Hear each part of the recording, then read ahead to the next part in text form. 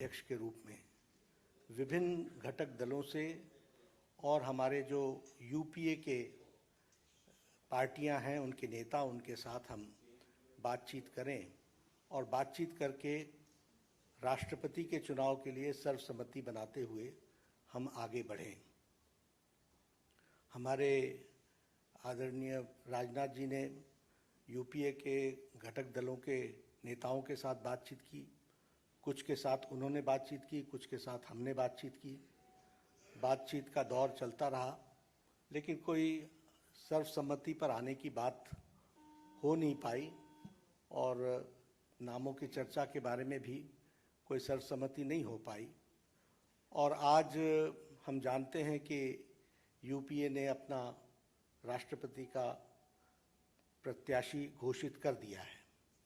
इसलिए आज की बैठक में हम सब लोग जो संसदीय बोर्ड के सदस्य थे, सब इस मत के आए कि भारतीय जनता पार्टी एनडीए अपने सभी घटक दलों के साथ बातचीत करते हुए हम राष्ट्रपति चुनाव में अपना प्रत्याशी घोषित करें, क्योंकि यूपीए ने घोषित कर दिया। हम चाहते थे कि सर्वसम्मति से कैंडिडेट आए, क्योंकि राष्ट्रपति का चुनाव सर्वसम्मति से होता है तो अच्छा रहता है।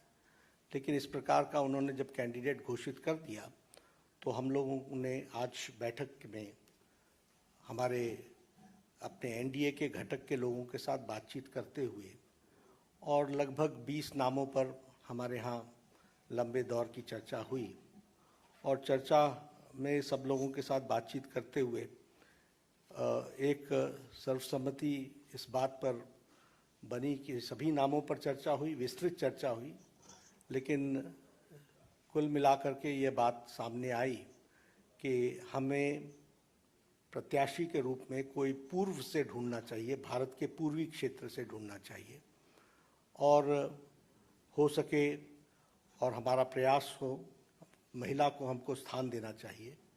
और आज तक कोई आदिवासी ट्राइबल प्रत्याशी राष्ट्रपति के रूप में नहीं आया है, इसलिए हमें ट्राइबल पर और पहली बार कोई ट्राइबल को भारतीय एनडीए की तरफ से हम कैंडिडेट बना सकेंगे, ऐसा संसदीय बोर्ड पार्लियामेंट्री बोर्ड का मत था।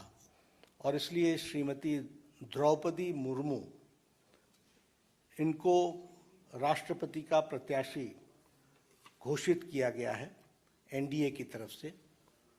और हम सब जानते हैं कि श्रीमती द्रौपदी मुर्मू जैसे राधाकृष्णन जी शिक्षा से जुड़े हुए थे, सर्वपल्ली राधाकृष्णन राष्ट्रपति के रूप में, उसी प्रकार द्रौपदी जी का भी जीवन आजीवन शिक्षा से जुड़ा रहा और वो टीचर के रूप में, शिक्षक के रूप में उन्होंने अपना जीवन प्रारंभ किया।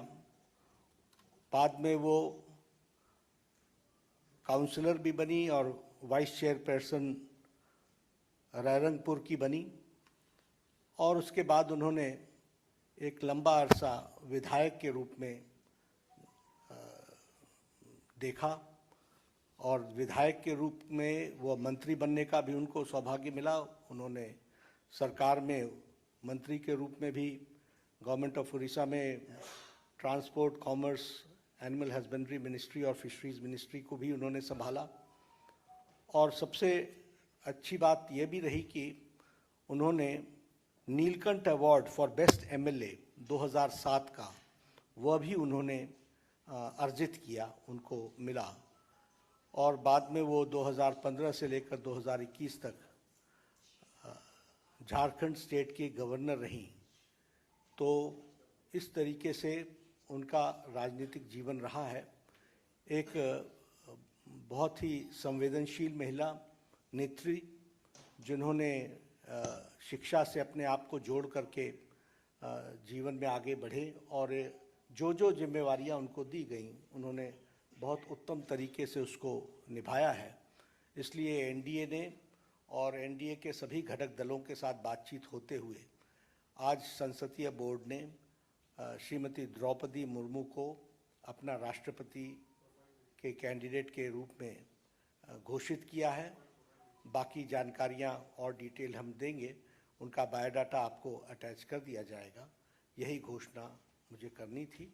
तो ये भी सब डिटेल्स वर्कआउट होगा, हम लोग उसके दृष्टि से चर्चा करेंगे, लेकिन घोषणा हुई है, यह मैं कहना चाहूँगा। बहुत बहुत धन्यवाद।